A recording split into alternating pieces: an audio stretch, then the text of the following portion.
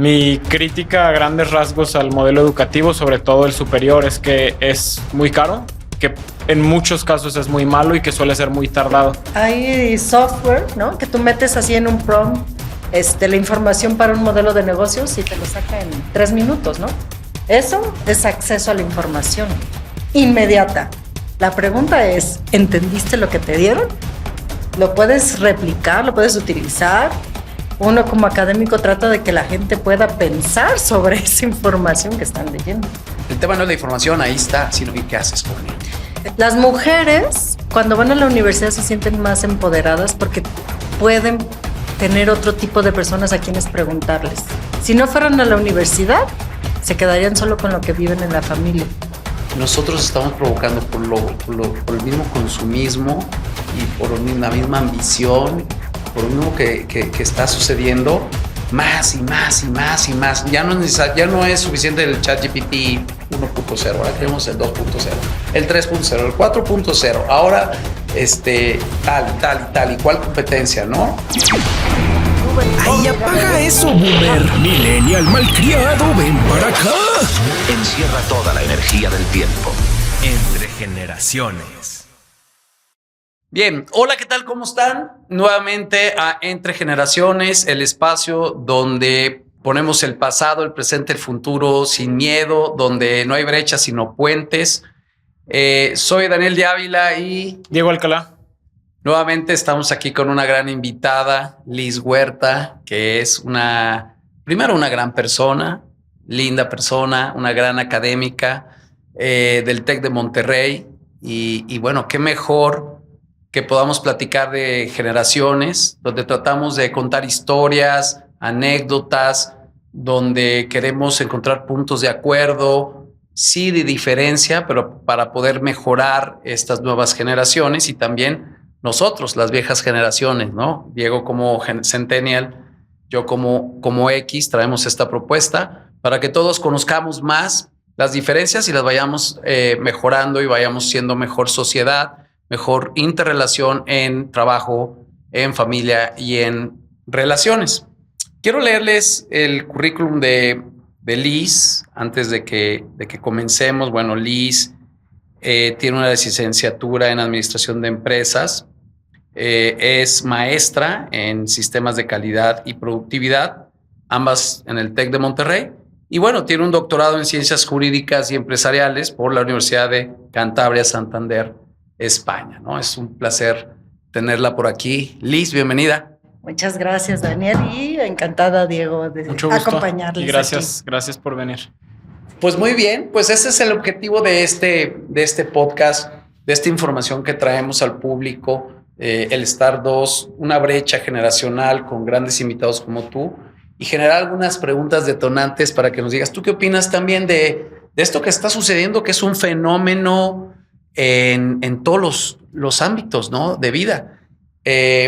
Y ahora quiero que arranque Diego, porque como ustedes saben, Diego es un apasionado en el tema del sistema educativo, cómo tendría que ir mejorando, cómo se ha quedado atorado. Y entonces se va a poner bueno, ¿no? Porque tenemos una gran académica del TEC de Monterrey y tenemos a un gran rebelde Centennial que va a poner aquí sobre la mesa. Entonces ahora te quiero sentar la palabra, Diego. No, pues muchas gracias, Daniel. Digo, como aclaración, Liz, apenas nos conocemos. Yo, más que rebelde de la educación, diría que soy muy curioso y apasionado por las alternativas.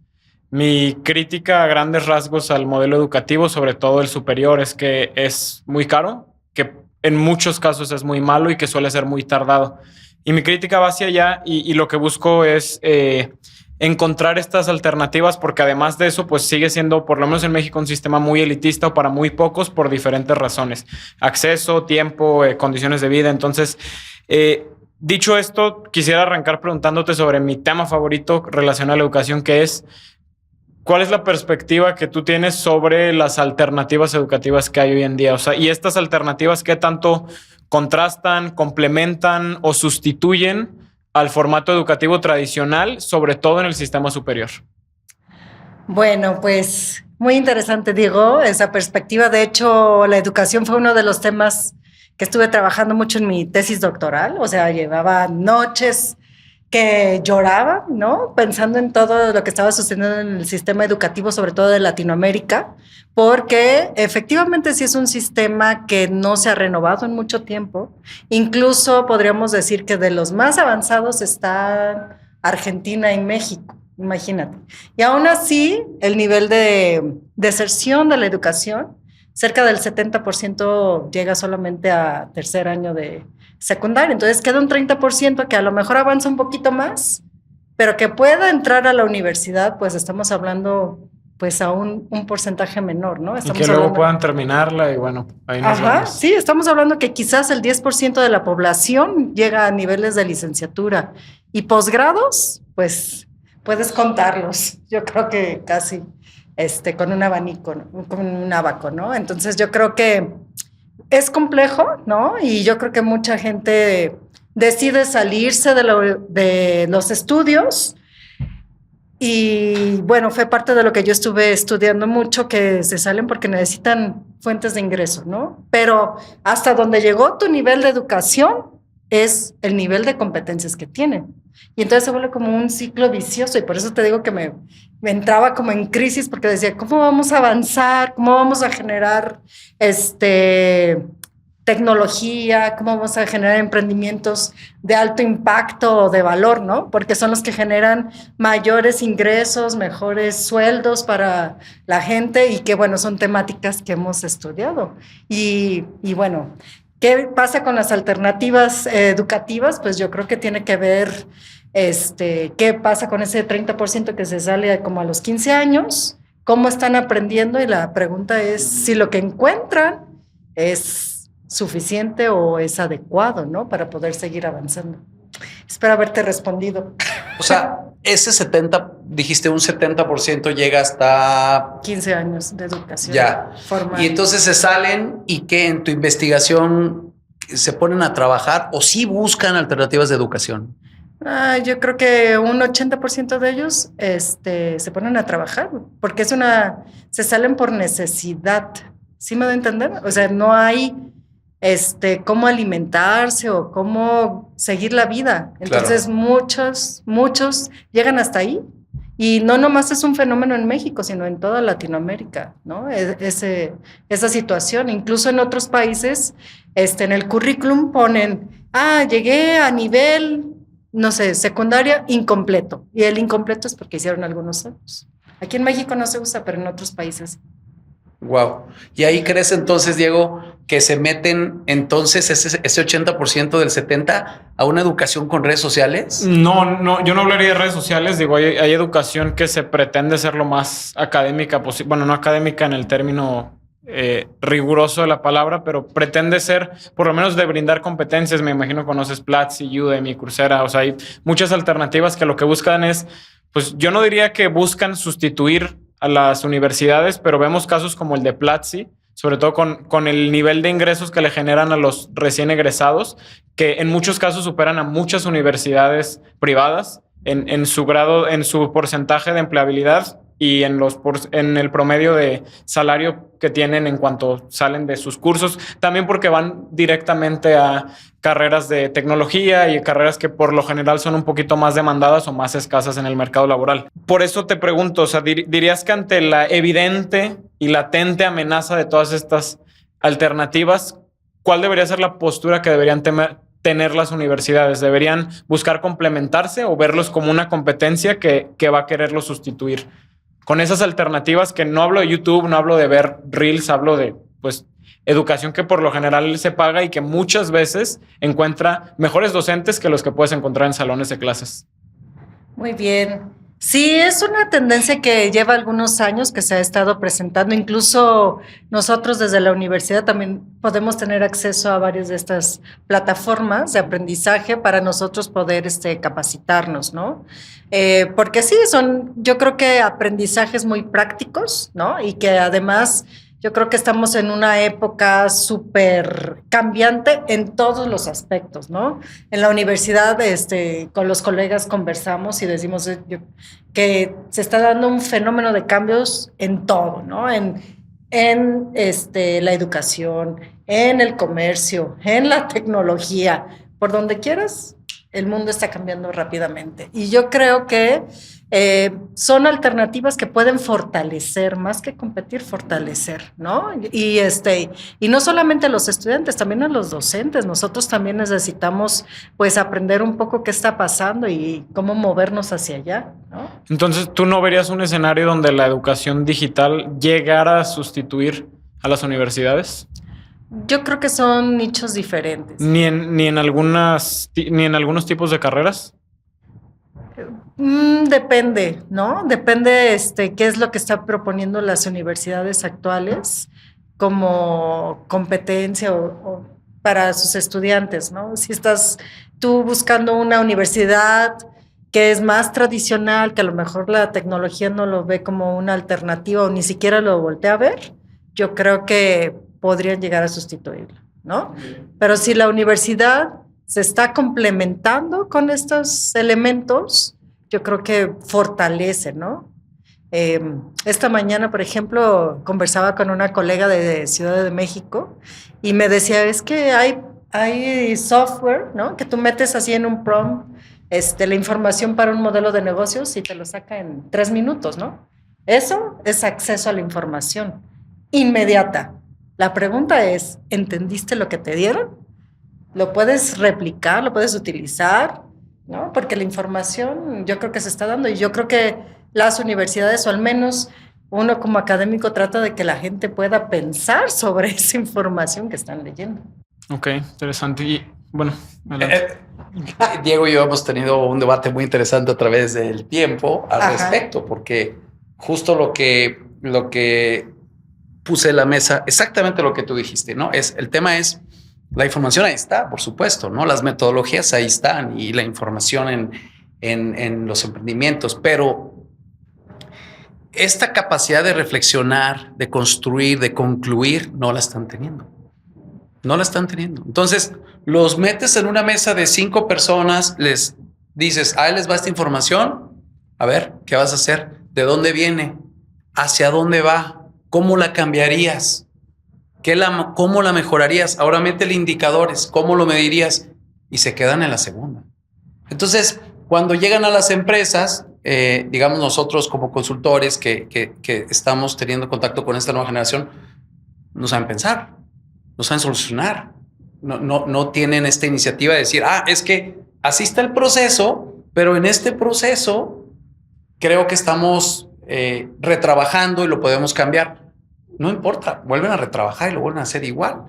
Entonces, este es como un pequeño debate que qué bueno que lo pusiste sobre la mesa, porque el tema no es la información, ahí está, sino ¿y qué haces con ella? Me quedo con eso. Muchas gracias por eso, Liz. Pero bueno, este dato que das, ahora yo quiero detonar una pregunta.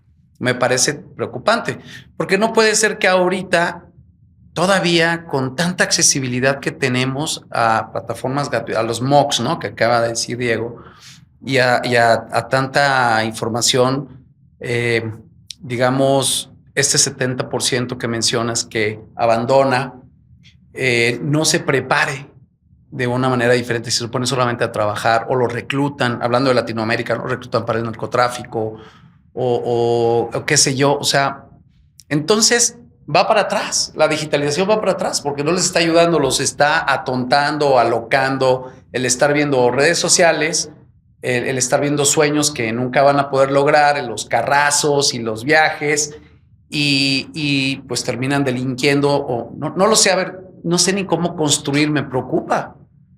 Pues yo también estoy preocupada, ¿no? Yo creo que estamos absorbiendo mucha tecnología. Eso sí, en estudios que he estado trabajando, lo que sucede en Latinoamérica es que más bien absorbemos o compramos tecnología, ¿no? Es decir, sí, las últimas plataformas, nosotros andamos en las plataformas y demás. Pero si te fijas, o si se fijan, es consumo de tecnología, no desarrollo o creación de tecnología. Entonces, al final, el conocimiento y la generación económica a través de este tipo de pues, emprendimientos, vamos a llamarlo, no se están dando en Latinoamérica. Y es otra vez, sí, somos grandes consumistas y por supuesto que es un mercado interesante para todas esas compañías, ¿no? Pero de Latinoamérica, pues, no hay mucho, ¿no? Y eso es lo preocupante. Eso es lo preocupante porque sí, consumimos, lo utilizamos a lo mejor para divagar y entonces entramos en trabajos que pueden ser informales de cualquier tipo, ¿no? Desde, pues yo manejo mi propia plataforma o yo me pongo a rentar cosas, que está bien, pero la formalidad vuelve a estar otra vez alta para Latinoamérica y pues en realidad la generación del conocimiento y de dónde están los negocios, pues nos están dando.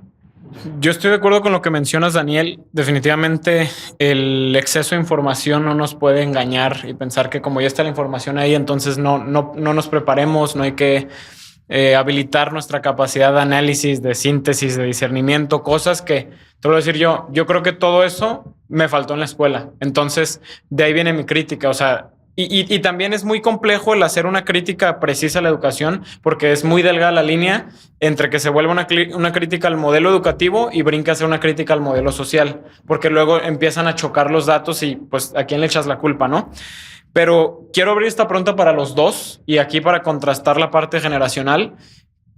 ¿Cuál es su opinión? ¿Cuáles creen que sean las causas de que hoy muchos jóvenes, porque estoy seguro que no soy el primer joven que conoces que está, pues por lo menos, y por decirlo suavemente, decepcionado del modelo de educación superior, que sentimos que a lo mejor ya no es tan necesario, que tenemos, como dice Daniel, unos niveles de contraste de información que generan mucha ansiedad y muchos problemas que yo no creo que en todos los casos sean buenos, pero pues lo que es claro es que cada vez hay más jóvenes que se sienten menos animados o menos atraídos a una carrera porque, pues por muchas razones, porque hay un costo alto en tema de oportunidad, hay un costo alto en tiempo, hay un costo alto económico y por la razón que quieras, porque cada caso es un caso, cada vez menos jóvenes tienen interés en ir a la universidad. ¿Y a qué creen que se deba eso? Adelante, Liz, por favor. Ajá. Bueno, es un fenómeno que yo ya he estado observando desde hace rato, ¿no? En Estados Unidos, sobre todo, se estaba dando ya hace una década fácilmente, que estaba yendo yo a congresos a Estados Unidos. Y ahorita yo creo que en México también se está dando, ¿no? Y yo creo que tiene que ver con esa parte de la curiosidad o el entusiasmo hacia el conocimiento, ¿no? Esa es mi percepción y más, yo creo que se dio en este 2020 donde nos llegó la pandemia. Yo creo que fue como un parteaguas, ¿no? En cómo estamos percibiendo la educación y cómo veo que a mí me sirve o no, porque de hecho yo creo que al regresar de nuevo a las escuelas primarias, secundarias, prepas, universidades, yo creo que fue un shock tanto para los mismos jóvenes como a nosotros, ¿no? Como académicos, de otra vez, ¿cómo le hago? Y yo creo que eso también influyó o está influyendo en cómo se está percibiendo la educación. Y sobre todo, yo estoy de acuerdo, si tú no ves valor, te lleva tiempo y es un costo, pues es justo, ¿no? Pero yo creo que ahí es una responsabilidad de parte de las universidades. ¿Qué estamos haciendo para poderlos entusiasmar o que se sientan felices, ¿no? Y no es fácil, ¿eh? No es fácil porque justamente todos estos cambios tan fuertes, pues también a nosotros nos tienen así de, oye, es que nosotros antes pues aprendíamos de esta manera y ahora, ¿cómo le enseño de una manera diferente que yo no aprendí? Entonces yo creo que es un contraste, ¿no? Con las generaciones.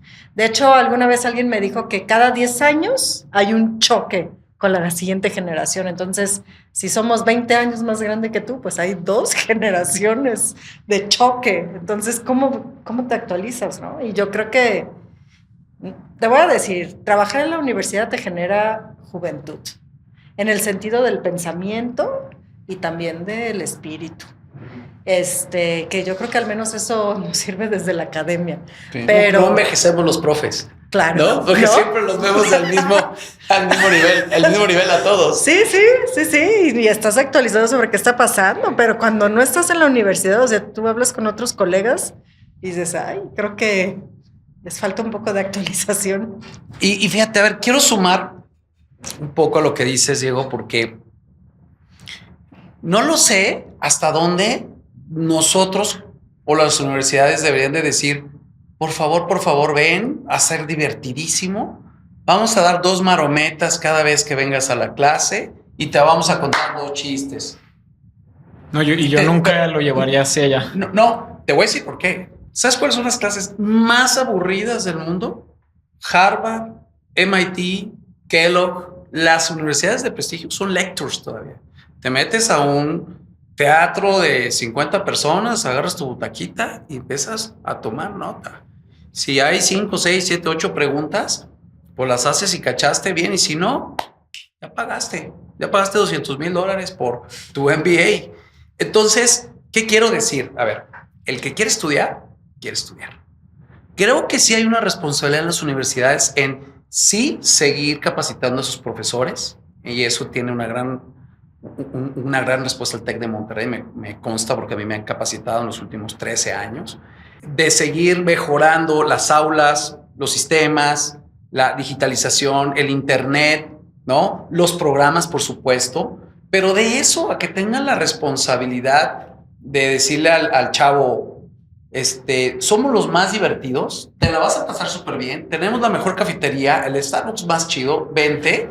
Yo creo que no, tomando en cuenta un poquito las verdades, las universidades que tienen 300 años. No, y estoy de acuerdo. Y yo les hacía la pregunta de a qué creían que se debía el que generacionalmente cada vez perseguimos menos la educación tradicional, y yo creo que mucho tiene que ver con lo que mencionaste hasta, o sea, la idea de éxito que tenemos hoy en día, lo que perseguimos hoy en día, la pérdida de la búsqueda de virtud en general en la vida. O sea, ¿quién te habla de, oye, pues yo voy a perseguir el conocimiento? Ya yo quisiera que volviéramos a romantizarnos el conocimiento, y se ha perdido todo eso, que son de las cosas más rescatables que veo en su generación, que su generación todavía agarra un libro y agarra el Quijote y por amor al arte lo leen, y yo quisiera ver eso en mi generación. Por eso creo que pues la crisis empieza desde mucho antes. O sea, las universidades ahorita yo te diría que están medio pagando los platos rotos y medio también continuando el mismo problema, pero pues la educación empezó ahí, y que la gente no esté queriendo llegar a las universidades también es una respuesta que pues no me desanimaste el día que fui a hacer el examen de admisión, me desanimaste el día que empecé la primaria y empezaste a destruirme mis sueños, mi creatividad, desvirtuaste cosas que deberían ser virtudes a perseguir como especie. Entonces pues es muy difícil, es donde te digo, es muy difícil hacer la crítica a la educación sin que brinque a ser una crítica social, porque muy rápido podemos abrir la pregunta, ¿qué estamos persiguiendo, no?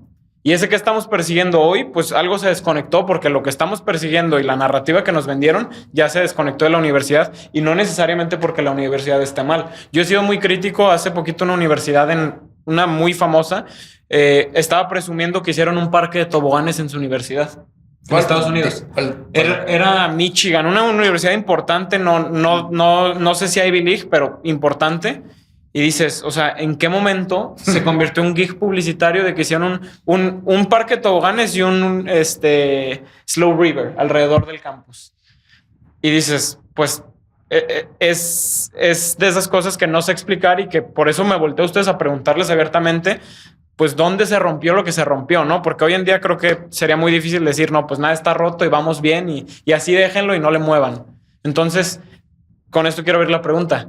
¿Qué le cambiarías tú al modelo educativo en la etapa que tú quieras para empezar a transformar un poco los problemas que hoy son tan evidentes? Bajo esa perspectiva y lo que te he platicado, yo creo que es un tema desde pequeños, ¿no? Si estamos hablando que mucha de la población se sale a los 15 años, quiere decir que tenemos que irnos hasta antes de los 15 años para que al menos estén lo mejor preparados posibles, ¿no? O sea, y te estoy hablando de saber contar, ¿no? Cuando compras algo que la otra persona te pueda dar el cambio, ¿no? Porque hasta te lo dan mal. Entonces ni siquiera cumplen con eso, o sea, que es básico. O escribir, oye, te quiero escribir una carta de amor, y te la escriben toda chueca, ¿no? Entonces yo creo que es desde temas básicos, que empiezan desde chiquitos. Y yo creo que ahí tendríamos que hacer una revolución en la educación.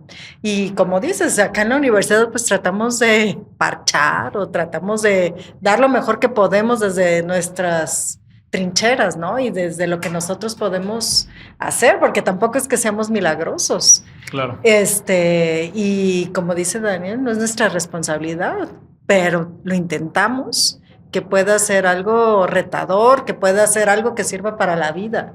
Y yo creo que al final el ser humano tiene, yo creo que ese espíritu de poder lograr algo en la vida y que te sientas acompañado. Yo creo que eso te da seguridad, ¿no? Y al menos tienes a quién irle a preguntar. Muchas veces, a lo mejor no te acuerdas quién fue qué te enseñó tu profesor, pero sí sabes que con él puedes contar para ver algún tema. Claro, nunca lo he visto desde esta perspectiva, Liz. Qué interesante. Es un acompañamiento imparcial. Es correcto. Porque hay cosas que no le puedes preguntar a cierta edad a tus padres, no tienes la confianza y de repente puedes sacarlo ahí con un profesor que a lo mejor te dirá o no lo correcto, pero te lo dirá imparcialmente, ¿no? Nunca lo he visto desde esa perspectiva. Sí, y fíjate, yo que trabajo en temas de educación y emprendimiento, en el tema de las mujeres, de lo que yo he estudiado, las mujeres cuando van a la universidad se sienten más empoderadas porque pueden tener otro tipo de personas a quienes preguntarles. Si no fueran a la universidad, se quedarían solo con lo que viven en la familia.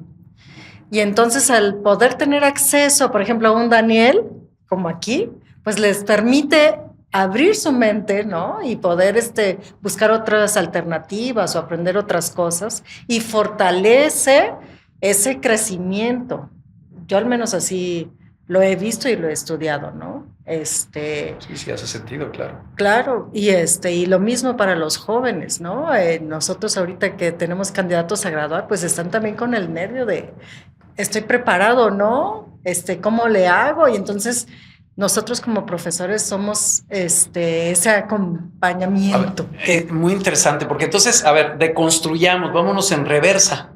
Vamos a suponer que no vayan a la universidad, que ese sea un nuevo sistema educativo, que se tengan que recluir como en la pandemia y que ellos tengan ahí su headquarter y todo va a ser digital y todo va a ser con inteligencia artificial y todo padrísimo. Se quedan sin este acompañamiento, que me encantó la palabra, y sin la capacidad de interrelacionarse con personas. Entonces, si lo vemos ya nada más por esos dos grandes premios, en el ganar de los jóvenes salir a la universidad, pues es el entrenar el buenos días. ¿Qué ole? ¿Cómo estás? ¿Cómo te fue? ¿Cómo te sientes? De la fregada, porque me regañaron, porque no sé qué. Bueno, ya con eso es un ganar, ¿sabes?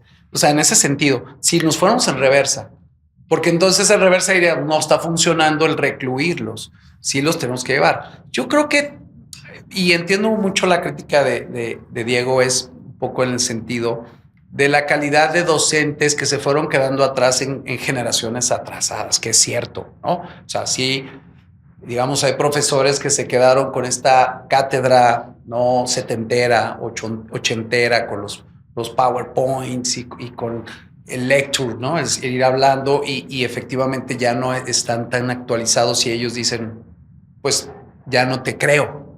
Porque luego antes nosotros cuando fuimos a la escuela, nuestros profesores los admirábamos, ¿no? Decíamos, wow, nuestro profesor, etcétera. Y creo que hoy tienen tanta información, tanto acceso, que ya no se creen tanto las cosas por decir creer, ¿no? No tienen que creerse. Bueno, pues ni modo. Una cátedra de matemáticas es matemáticas, de física, de química, de estadística, que por cierto troné 2 veces yo estadística en el TEC, en mi carrera. Entonces, bueno, no lo sé. Quería como sumarlo. ¿Qué opinas?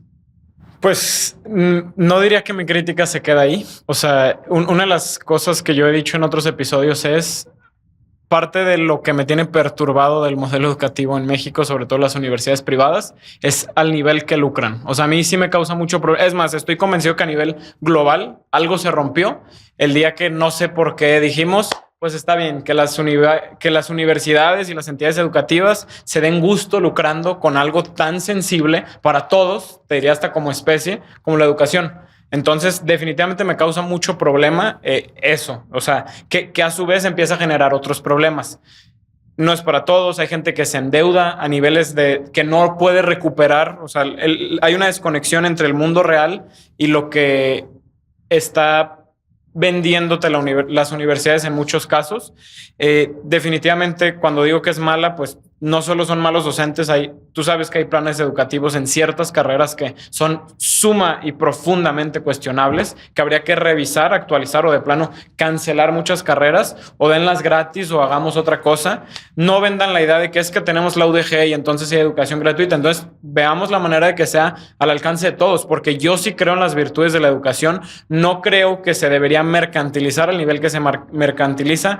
Tampoco me gusta para nada la inflación educacionista de ahora el posgrado, ahora la maestría, ahora el doctorado y vete, porque es para muy pocos. O sea, en el momento que volvimos de la educación un juego tan elitista como lo manejamos, por lo menos en México, muchas cosas se rompieron y el mundo empezó a reaccionar, y hoy el mundo voltea hacia muchas universidades y dice, oye, pues no me gusta cómo estás manejando las cosas, y por eso también, y yo lo veo así, no creo que todo en las universidades sea malo, pero sí las hemos agarrado de piñata también, porque una dinámica de muchos años nos orilló ahí. Así como agarramos de piñata a las farmacéuticas por sus razones, así como agarramos de piñata hoy en día a los bancos o al sistema bancario por sus razones, pues hoy le toca a las universidades, y espero que ese agarrarlos de piñata no solo sea un placebo de ya los criticamos, ya está, sino de realmente qué vamos a hacer para cambiarlo, porque no todo es bueno y ni tampoco todo es malo. Hay cosas que rescatar, pero sí, me encantó la palabra que dijiste, pues estamos en un punto donde si no hay una revolución, que yo creo que esa revolución sería de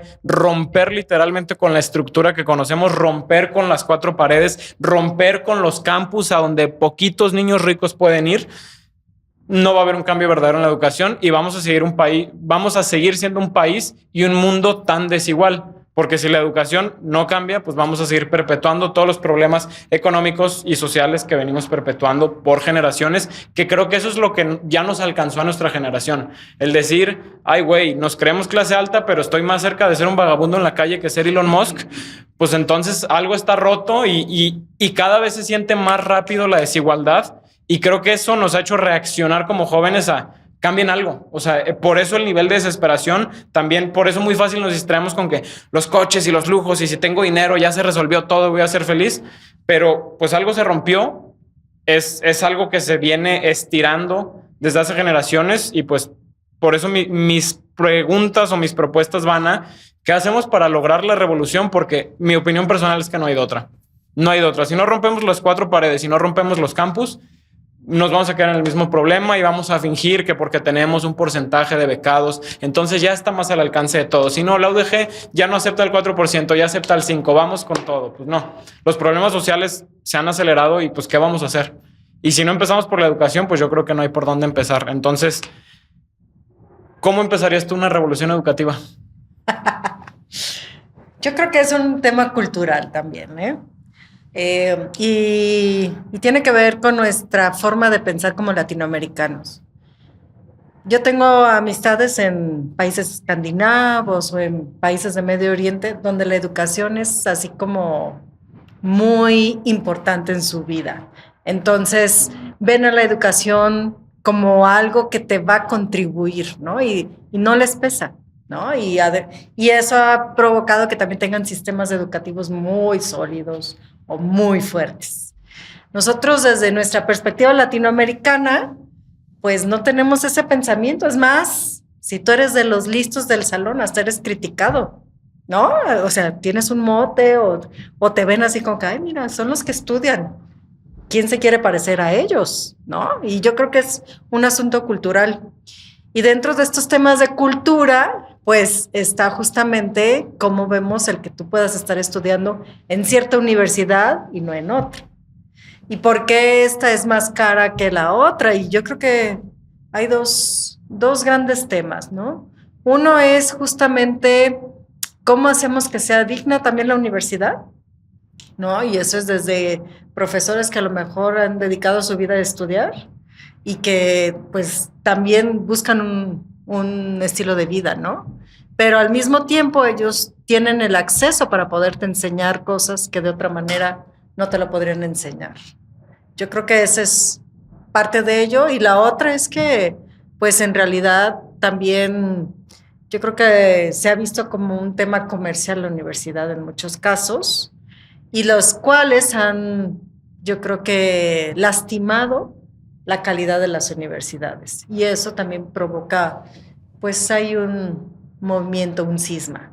¿Y cómo hacer la revolución? Pues yo creo que hay que esperar a ver cómo se mueven las cosas, porque está habiendo cambios importantes en las universidades, ¿no? Desde, pues, secretarías dedicadas a a la innovación, el conocimiento. O sea, eso de alguna manera está creando movimientos. Entonces, yo creo que es ahí un balance, pues, de ver cómo movernos. No sé si respondí tu pregunta. Yo quisiera poner sobre la mesa que yo no lo veo como si se rompió algo, Diego. Yo veo que tenemos que reconstruir algo que se construyó hace muchos años, y no porque se haya roto quiere decir que sea malo. Yo creo que hay que, digamos, rediseñarlo, innovarlo a las nuevas necesidades. Esa es una. Y la otra, sí creo que la globalización siempre, o al menos en los últimos, desde el 2000, que yo he mapeado los adelantos desde 2000, hice un cuadro ahí padrísimo en donde veo qué pasó previo al cambio de siglo y al cambio de milenio, y después, y en estos últimos 25 años ha habido una globalización impresionante que no la hemos podido alcanzar, en muchos sentidos. O sea, ni industria, ni social como las familias, por supuesto las instituciones como las educativas, como las de gobierno. O sea, ya se generó trillones y trillones de dólares, se generó miles y miles y millones de bits de más conocimiento, está abierto todo. Entonces, si lo viéramos en una gráfica, va así, ¿no? Así, una curva así, la globalización, y nosotros estamos muy, pero muy, o sea, no los alcanzamos. Y cuando medio hacemos un punto de convergencia, vuelve a crecer. Entonces, no es que haya un culpable, sino es que nosotros estamos provocando por el mismo consumismo y por la misma ambición, por lo mismo que está sucediendo, más y más y más y más. Ya no es suficiente el ChatGPT 1.0, ahora queremos el 2.0, el 3.0, el 4.0, ahora tal y tal y tal y cuál competencia, ¿no? Y ¿cómo se llama el nuevo? El DeepSeek. El DeepSeek. Y el Gemini ya es mejor que el DeepSeek. Y bueno, lo hemos platicado en otros capítulos. Sí. ¿No? No, esta semana sé lo que ahora resulta que en el último examen, se llaman Humanity Exams, ya es Gemini mejor que todas. Y era el que iba hasta atrás. Fíjate. Sí, exacto. Entonces, y yo creo que me parece muy interesante esta parte que vuelvo a repetir, Liz, en el sentido de hay capacidades y habilidades que solo se pueden transmitir con la experiencia, ¿no? Y por eso este podcast, en el sentido de cómo hacemos estos puentes en donde nosotros les mandamos esta experiencia, ellos las utilizan sabiamente y generan innovaciones y creatividades, pero para el bien de la sociedad, para el bien de la humanidad, para el bien del mundo, y no nada más para generar dinero y no nada más para ver quién es el más picudo y el más nuevo y el más. Sí creo que efectivamente hay profesores que ya se quedaron atrás en muchas cosas, pero que su archivo, su CPU trae un conocimiento de experiencia impresionante, ¿no? También, o sea, bueno, un poquito sumando, Sí. ¿no? ¿Qué opinas? Es el kilometraje que llevan, ¿no? O sea, no por nada tienen la edad que tienen. Y yo creo que estos cambios generacionales también es bueno entenderlos, porque cuando sales de la universidad no vas a trabajar con pura gente de tu edad, ¿no? O si no decidiste salirte antes de terminar, pues no estás trabajando con gente de tu edad, estás trabajando con gente de todas las edades. Entonces ahí es otro choque, ¿no? Cuando estás ya en el mundo laboral, y yo creo que estos profesores que a lo mejor llevan un modelo tradicional también está bien, ¿no? veía ahí sobre los sistemas educativos, las alternativas, hay alternativas educativas donde ni siquiera usan tecnología y que están más en los temas espirituales y más en los temas tradicionales. Entonces, pues es también como que, y entonces, ¿qué es lo correcto, no? Y yo creo que tiene que ver con qué es lo que nos mueve. Yo al menos me considero una persona bastante curiosa en el conocimiento y por eso estoy en la universidad, porque la verdad es que yo quería estar aprendiendo y fue el lugar donde encontré para seguir aprendiendo, pero pues yo sé que no todos son iguales, ¿no? Claro. ¿Qué diferencias has visto? Ya te tocó darle clase a los millennials y ahora a los centennials, ¿no? ¿Qué a lo mejor algunas cosas que puedas compartirnos que has dicho, pues estos chavos hace 10 años hacían así o le hacían así y ahora estos dos chavos le hacen así? ¿Qué nos compartirías? No, sí, hay diferencias, por supuesto. Los que eran millennials, yo creo que eran como más ordenados en el sentido de que sí iban al salón, ¿no? Estaban ahí dispuestos a tomar la clase, y a lo mejor te cuestionaban y te hacían preguntas, pero siempre como que en un afán de lograr algo, ¿no? Y estas nuevas generaciones, yo los veo que son bastante activos, al menos a los estudiantes que nos tocan a nosotros, son bastante activos, tienen el conocimiento tan a la mano que tú estás hablando y ellos ya están buscando la información a ver si lo que estás diciendo es real, es en serio. Sí. Entonces, ¿qué haces con eso? Bueno, pues más bien saber, tener el pensamiento crítico para eso, ¿no? En vez de decir, oigan, les voy a decir cuál fue el último invento que salió, más bien te pregunto, a ver, ¿cuál fue el último invento? Pues ok. ¿Y qué es lo que encontraste? ¿O por qué es más relevante? Sirve, claro. ¿Para qué sirve? Entonces es un abordaje diferente, ¿no? ¿Cómo llego? Diferente y es muy valioso lo que está pasando con estas nuevas generaciones. Pero el tema es justamente que tengan ese pensamiento crítico de saber qué hacer con la información. Porque sí la encuentran, pero ¿y? ¿No? Que yo creo que esa es la diferencia que veo ahorita. Fíjate, algo que echó reversa el TEC, y si no, por favor, desmiénteme, es habíamos quitado las toma de listas, ¿te acuerdas? Sí, y echó reversa, ¿cierto? Porque no funcionó. ¿O por qué pasó? A ver, cuéntanos un poco. Bueno, esa parte yo creo que tiene que ver con justamente esa parte de la responsabilidad y la presencialidad, ¿no? De poder, si estás dando un conocimiento y el alumno dice, pues, no me interesa conocerlo, ¿no? Te pierdes esa parte del acompañamiento del profesor, pero también de tus compañeros. Y yo creo que tiene que ver con eso de que después de la pandemia todos estaban por separados, se sentaban allá alejados y en cuanto podían se iban, ¿no? Y esta parte de que vuelvan a estar en el aula, pues permite que vuelvas otra vez a generar, a construir relaciones, porque sí se nota, ¿no? Incluso en temas emocionales, pues ha habido más crisis después de la pandemia en los temas emocionales de los jóvenes. No sé si es por tanta información o es porque no sabes qué hacer con todo ello y con toda la gente, ¿no? Antes, los centennials, pues no les importaba si les daban tantos likes, ¿no? A sus publicaciones. Y ahorita, no, pues ahorita es un drama. Yo creo que mi mamá está más obsesionada con los likes que yo. Bueno, sí. O sea, yo creo que esos estímulos a veces nos dicen, no, es que ustedes, no, pues es que todos, o sea, no por decir, o sea, cierto. Nos están dando en la torre a no solo a nuestra generación, pero bueno, eso es, eso ya es otro tema. Sí. Pero sí hay más crisis emocionales. No, sin duda. Sí, muchísimas. O sea, es interesante a lo mejor para otro episodio hablar de la estimulación. Ahorita que decías más activos los alumnos, pues claro, mucho más estimulados, tanto en lo bueno como en lo malo, ¿no? Sí, no, pero de verdad yo creo que ha sido un cambio, o al menos en las aulas, me gusta irlos a ver. El semestre pasado que di clases a esta nueva generación, me acuerdo que dije, ok, los voy a poner a presentar, a ver cómo presentan, ¿no? Ya son alumnos que van a salir de la universidad. ¿Y qué hacían? Pues se paraban y empezaban a hablar así como hasta herméticos, ¿no? Parados hacia atrás en la pared. Yo dije, ¿qué es esto? ¿No están preparados para ir a hablar? Y eso no lo aprendes de otra manera más que practicando. O sea, dar un pitch, decir que intentar vender, intentar convencer al otro, no lo puedes hacer más que practicando. Y cuando yo los vi, dije, Dios mío, pues tengo que ponerlos a practicar, y es conocimiento con práctica, ¿no? ¿Cómo los hago que estén mejor preparados?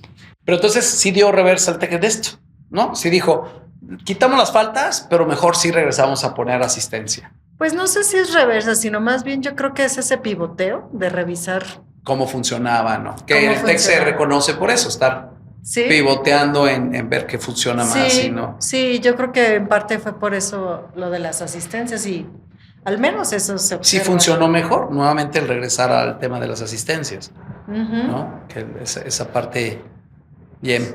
¿Algo más, Diego, para terminar con Liz? Nada, pues no sé si esto existe. ¿Qué pensarías? Yo tengo una ligera idea, o sea, de que es algo muy fácil que todos podrían hacer, pero creo que nadie se podría titular si por lo menos el 70% de su carrera no la acompaña con prácticas profesionales en su campo. No el servicio, no, fui de prácticas un año, no. Bueno, ¿quieres ser contador? Pues 70% de tu carrera estuviste en un despacho, aunque sea sirviendo cafés, aunque sea sacando copias. O sea, creo que esas son de las cosas que... ¿De dónde las saqué? Pues fue una idea un día, pero yo que deserté la universidad y me puse a agarrar diferentes trabajos, pues el ritmo al que aprendía cosas decía, pues es que nomás es estar aquí. O sea, yo no sentía que me estaba perdiendo de nada. Yo decía, claro que no me quedaba en mi casa viendo Netflix. Iba a una oficina y veía y aprendía y aprendes del entorno. Y sí tengo amigos, sin criticar a nadie directamente, que pues apenas van a salir de la universidad y no han trabajado una hora en un trabajo real. Y ahorita que hablaste del choque que se van a dar, digo, no, bueno, pues Dios los agarre persinados. Entonces, por ejemplo, ¿qué tan difícil sería para ustedes, TEC de Monterrey, aplicar algo así? Mira, yo creo que... ¿Por qué sí? ¿Por qué no? No sé si sepas ahorita cómo está, pero nosotros trabajamos mucho con empresas. Te lo digo porque es el pan día de lo que me toca a mí trabajar. Y nosotros trabajamos directamente con empresas. Los estudiantes están haciendo proyectos directamente con ellos y están entrevistándolos o están viéndolos. Pero lo que sí es que sí hay programas de estancias profesionales, pero no solamente de estancias profesionales, sino también hay estancias de emprendimiento y estancias de investigación. De las tres conozco, ¿no? Y por ejemplo, las profesionales, sí, yo estoy de acuerdo. El poder estar viendo una empresa en la vida real te permite ver ese choque de generaciones. Pues el mundo real, o sea, pero también la universidad es un mundo real. Todos son mundos reales. No son ficticios. O sea, pues te recluyen un campus con ciertos docentes, con cierta gente de cierto estatus socioeconómico. Es lo mismo, hay empresas con ciertos estatus que otras. Sí, bueno, creo que sí entendiste el punto, pero estoy convencido que sí sabías a dónde iba. Sí, o sea, pero sí, de hecho hay modelos donde hay obligatorias estancias profesionales. Acá yo creo que lo que sí se me hace muy valioso es que existe el servicio social, ¿no? Que también es una manera de estar involucrado en temas reales. Aquí el asunto es que hagas realmente el servicio social. Claro. ¿No? Y ahí estás tú involucrado con otros contextos. Pero de que lo que sucede en una universidad es real. Son mundos reales, ¿no? Son diferentes verdades. Y son las diferentes realidades que tiene nuestro México. O sea, me refiero al mundo real en cuanto a la conexión con el mercado. O sea, sabemos que en muchas carreras, en muchas materias, por ahí me encontré, híjole, se me fue la fuente, ¿quién fue? En la pandemia se hizo un estudio o sea, en general las escuelas de negocios en Estados Unidos traían 12 años de atrasos entre los temas y lo que se estaba hablando y lo que estaba sucediendo realmente. Te hablé de un mundo muy específico que evoluciona a una velocidad que yo creo que ninguna de las otras carreras va a ese ritmo, o muy pocas van a ir a ese ritmo, pero pues dices, oye, 12 años para lo que están pagando, y estamos hablando de Estados Unidos, o sea, pues ¿cómo cortas esa brecha? Pues realmente elevando la exigencia. Yo entiendo que hay programas, hay estancias, pero yo digo, si a mí me dieran el poder, si fuera el dictadorcito de una universidad, pues un día diría, ¿saben qué? Mínimo 75% de su carrera. ¿Por qué? Porque quiero y porque sí como joven te sé decir, nos falta exigencia. O sea, nos falta rigor. Te lo digo como generación. Yo de repente cuando choco con temas de disciplina, de ética de trabajo, que sí van ustedes, que no tenemos nosotros, digo, es que en alguna parte del camino yo les diría, o sea, si yo volteara a la universidad y fuera un futuro estudiante de 17 años, les diría, por favor, exíjanme más y eleven el rigor porque lo voy a necesitar y porque no lo siento. A lo mejor tú sientes que me estás exigiendo tu escuela, pero no lo siento y el rigor que me estás dando no fue el suficiente que después en un futuro te hubiera agradecido. Y creo que ahí sí puedo hablar o sea, sí me siento con los pantalones de decirlo por los jóvenes que están por ingresar, que al principio no les va a gustar, pero yo, si hubiera estado en una universidad o si tuviera que regresar al pasado para elegir, buscaría la más exigente y la más rigurosa, porque si no, sí sentiría que estoy yendo a perder el tiempo. Sí, nosotros también hemos pivoteado eso, ¿eh? Y te puedo decir no, y no estoy actualizado de lo que hacen en el TEC. O sea, si lo están haciendo, felicidades. Y también lo digo así para la gente y para los papás, que también, pues, veo muchos amigos que se han vuelto, pues, muy blandos porque el rigor no está en ningún lado. No hay un trabajo que les exija, no hay una escuela que les exija, no hay papás que les exijan. Pues, no. Pues, ¿por qué crees que hay lista? ¿No llegaste? Sí. No entregas lo del día. A mí se me hace, no se me hace tan mal eso. Ajá. Ya estás yendo, ya estás pagando y nada barato. Sí, no, pero fíjate, el asunto es que también ellos, o sea, tuvimos que poner eso a pesar de que ellos sabían cuánto dura la hora de clase, ¿no? Entonces, como que necesitan, sí, está la toma de lista. Y ahorita, por ejemplo, si tú faltas y había actividades o había examen, pues no hay examen o sea, los puntos. Claro. Entonces, es una manera de, pues, volver a retomar esos temas de las generaciones X. Sí, y reflejándolo a las empresas, hay un modelo que se trató de implementar en las estructuras que se llama holocracia, ¿no? Que seguramente lo has escuchado, Liz, que es, no hay jefes. Todo mundo entrega a todo mundo y nadie supervisa a nadie y todo mundo tiene la accountability. ¿Y por qué no funcionó? No funcionó. Sí. Pues no me imagino. No funcionó. ¿Por qué no funcionó? Pues porque efectivamente no trae ni en los países escandinavos que traen una gran educación. La implementó una empresa que se llama Zappos. Funcionó un poquito, la quiso implementar Google, tampoco pudo. No, yo creo que es un factor humano.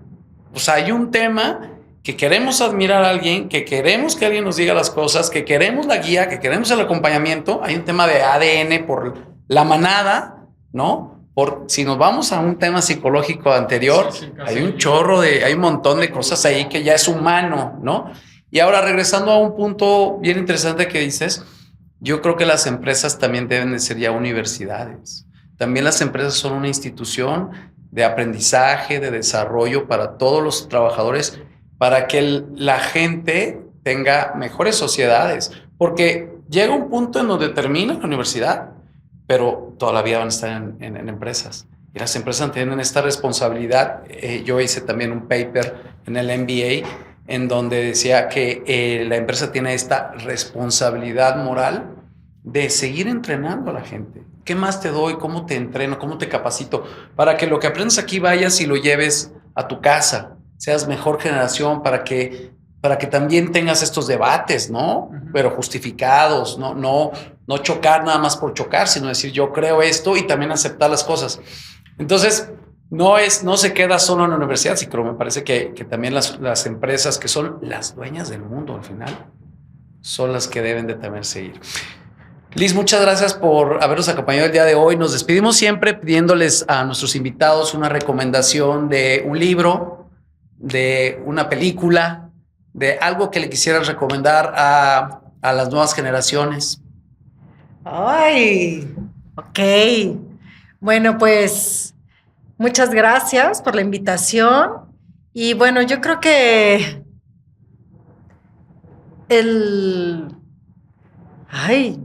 me hubieras dicho antes. Fíjate que yo creo que una muy interesante para entender a lo mejor nuestras generaciones puede ser El Lobo de Nueva York, ¿no? Ok. ¿No? La película. Así, la película. Ok. Sí, porque yo creo que El Lobo de Wall Street, ¿no? El Lobo de Wall Street. El Lobo de Wall Street. Sí, porque yo creo que también te permite pues ver cómo eran otras épocas, ¿no? Donde a lo mejor el estrés también existía, pero también Una ambición desmesurada también, ¿eh? Ajá. Sí, y te pone ahí a pensar muchas cosas. Pero es un buen ejemplo o no. O sea, si los chavos lo ven, ¿crees que quieren ser como algún lobo de Wall Street con yates, mujeres? O sea, ¿con qué perspectiva invitarías a la gente a ver la película? Le invitaría para que vean que, aunque sea de esa época, siguen pasando cosas parecidas, pero con otra tesitura. ¿Seguimos igual de ambiciosos? Por supuesto, Más. O sea, ¿tú por qué? Claro, porque hablamos de que hay carros de lujo. Vivimos en el estado número 1 en México por fraudes financieros, porque vivimos en un país que castiga más a los pobres que a los criminales. Ah, mira. ¿Ese dato lo sacaste de INEGI? No, bueno, por de fiscalía te sé decir que somos el estado que tiene récord de fraudes financieros en todo el país. Entonces, pues sí, o sea, la gente prefiere la ambición. Al final, el lobo de Wall Street, digo, la gente, yo no sé, sigo sin entender por qué contratan a Jordan Belfort, ex convicto, para dar conferencias motivacionales de negocios, cuando pues pisó la cárcel por hacer crímenes. No sé, a mí me cuesta trabajo y no es por moralizar, pero pues habiendo tanta gente que ha hecho tantas cosas bien, ¿Sí? De repente idolatramos a gente por lo menos cuestionable. ¿Y un libro? Un libro, pues el último que escribiste. Gracias, muy amable, gracias. Creo que ese puede ser muy adecuado para tipo de conversaciones. Muchas gracias. Generaciones en evolución. ¿Libro, película? Película Better Man, la biopic de Robbie Williams. Gran película. Ah, sí. Gran propuesta creativa, distinta. ¿Te decepcionó la película? No, él un poquito, pero... Bueno, yo ni enterado estaba más que la canción de Angels, pero gran historia, muy profunda y una propuesta creativa nueva. Ya nos surgía algo nuevo en el cine. Ah, muy bien. Sí. ¿Pero está en el cine o está en Netflix? Pues ya salió, está por salir del cine. Por ahí la encontrarán en algún lado, pero Better Man de Robbie Williams, muy recomendada. Bueno, ok. Yo recomendaría, no película, yo recomendaría libro. Recomendaría el de El éxito más allá del éxito. La empresa consciente de este asesor del TEC de Monterrey. Raj Sisodia. Ajá. ¿No? Me parece muy buen libro. Muy buen libro. Muy bien. Pues muchas gracias. Gracias, Liz, por acompañarnos. Gracias, Diego. Muchas gracias, Liz. Gracias por este espacio de encuentro entre generaciones. Nos vemos la próxima vez. Yo soy Daniel de Ávila. Diego Alcalá. Y Liz Hueso. Hasta pronto. ¡Ay, apaga eso, boomer! Millennial malcriado, ven para acá. Encierra toda la energía del tiempo. Entre generaciones.